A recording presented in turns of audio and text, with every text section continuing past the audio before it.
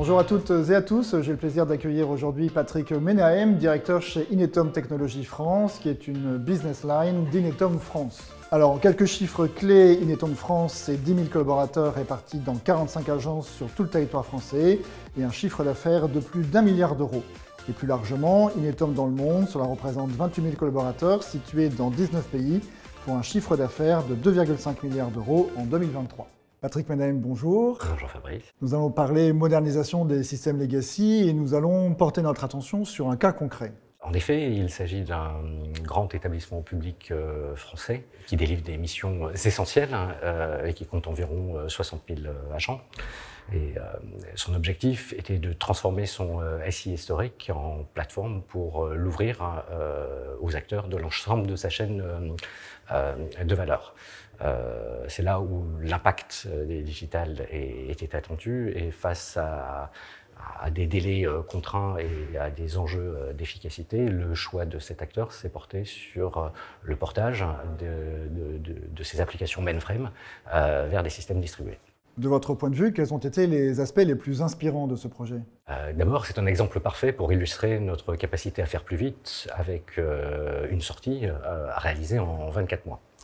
Ensuite, c'est la capitalisation et la réutilisation de services essentiels dans des nouvelles plateformes digitales étendues. Ensuite, c'est la capacité à apporter sur ce patrimoine porté, modernisé, l'ensemble des innovations techniques d'aujourd'hui ou du futur. En corollaire, c'est la réduction de la dette technique. C'est la capitalisation sur des travaux de rétrodocumentation pour être utilisés pour le maintien en condition opérationnelle de ces applications, pour leurs futures évolutions. Est-ce qu'il y a un moment particulier, une anecdote dont vous vous souvenez, que vous aimeriez nous partager ? La reconnaissance de notre excellence opérationnelle qui a été partagée lors d'une réunion entre nos directeurs généraux respectifs. Et une collaboration transverse entre les équipes. Vous savez, Inetom intervient en de multiples points chez les clients et pour faire en sorte que ce projet soit une réussite. Qu'est-ce qui fait que le courant est bien passé entre ce client et vos équipes ? D'abord, notre expertise technique, ensuite, je pense, l'engagement de nos équipes et enfin, notre capacité à délivrer.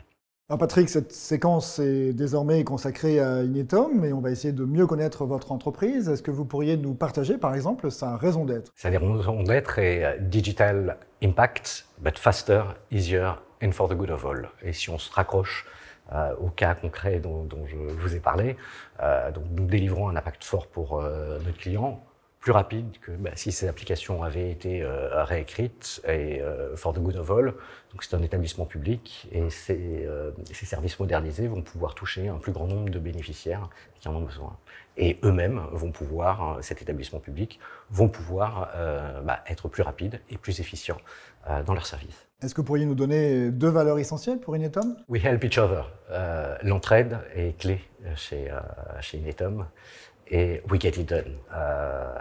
Nous réalisons nos projets, nous allons au bout des choses et sans jamais renoncer.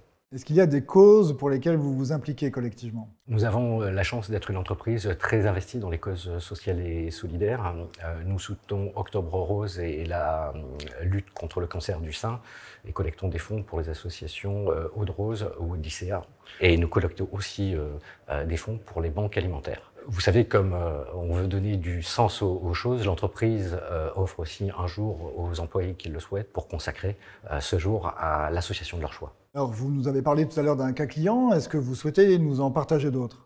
Les plus emblématiques, peut-être votre carte vitale, que vous connectez chez votre docteur ou à votre officine de pharmacie. L'ensemble de ces transactions utilisent un système modernisé par Inetom. Le système d'approvisionnement du moteur d'avion FLP56, le moteur le plus répandu au monde, tourne sur un système modernisé par Inetom. Lorsque vous réalisez vos réservations au Club Med, vous avez affaire à une centrale de réservation, un système de centrale de réservation modernisé par Inetom. Et peut-être aussi, enfin, la Redoute, quand vous ouvrez votre panier d'achat, vous êtes en direct avec un système modernisé par Inetom.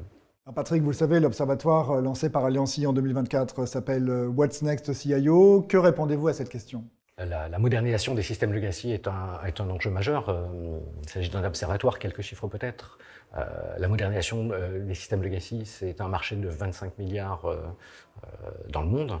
Un chiffre démographique, 5% des sachants qui connaissent ces systèmes legacy qui partent à la retraite aujourd'hui ne sont pas remplacés. Un chiffre structurel, 79% des dirigeants pensent que les systèmes legacy sont un frein à leur transformation digitale. Et ensuite, un chiffre économique, 60 à 80% des dépenses qui sont faites sur un système legacy ne concernent que des dépenses matérielles ou logicielles. C'est pour ça qu'il est important de s'y intéresser.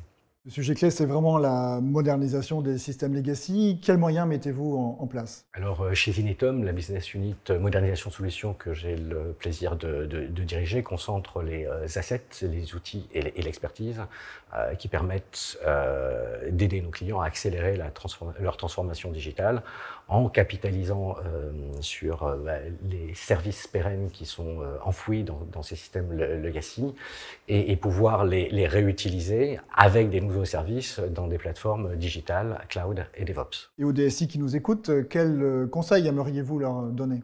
De s'accaparer le sujet et de venir nous voir, bien sûr. Patrick Menahem, merci. Merci Fabrice. Et je vous donne rendez-vous pour un prochain épisode.